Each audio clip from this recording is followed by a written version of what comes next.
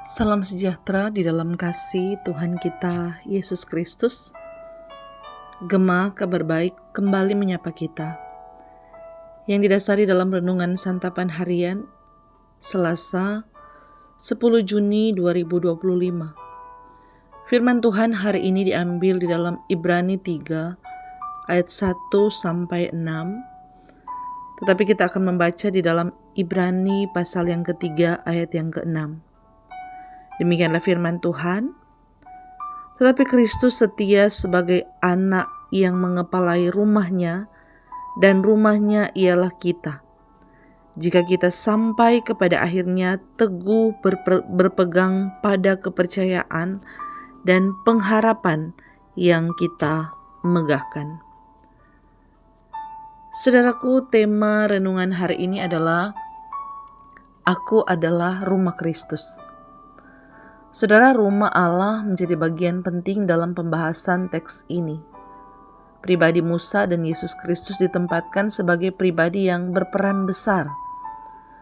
Dua hal penting dibahas dari kedua figur ini, yaitu mengenai kesetiaan dan kedudukan. Pertama, kesetiaan Yesus dan Musa tidak diragukan lagi. Yesus memimpin dan mengeluarkan manusia dari perbudakan dosa, sedangkan Musa memimpin Israel keluar dari perbudakan Mesir. Yesus dan Musa setia walau umat yang mereka layani keras kepala dan tegar tengkuk.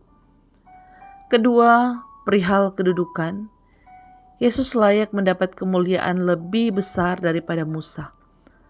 Musa adalah pelayan di rumah Allah, sedangkan Yesus adalah ahli bangunan sekaligus kepala dari rumah yang telah dibangunnya, dan kita sebagai orang percaya adalah rumah yang telah dibangunnya.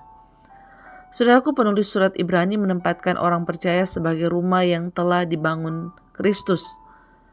Genaplah firman, Aku di dalam Bapa-Ku dan kamu di dalam Aku dan Aku di dalam kamu.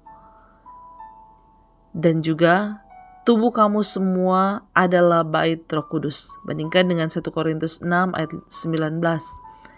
Inilah bangunan rohani di mana Yesus sebagai pemimpinnya. Saudara, mengingat umumnya rumah melekat pada identitas dan status pemiliknya, maka rumah Kristus adalah rumah yang dibangun, dikepalai, dan diatur oleh Yesus Kristus. Dengan demikian, orang percaya adalah rumah yang dibangun dan dimiliki oleh Kristus. Yesus Kristus membersihkan setiap orang percaya dan menjadikannya bangunan rohani. Kehidupan orang percaya pun dipelihara oleh Kristus.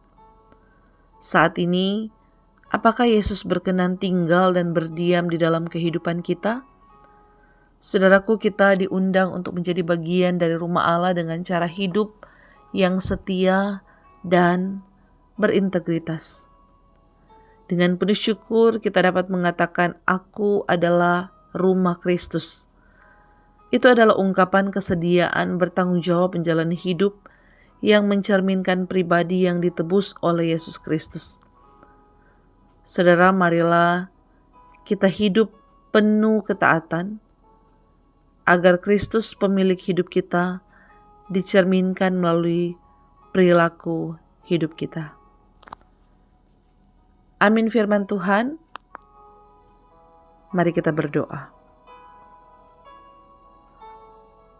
Sesungguhnya kami bersyukur Tuhan, karena kami adalah umat tebusan-Mu. Dan kami terus diingatkan sebagai pribadi yang telah ditebus dengan darah yang mahal.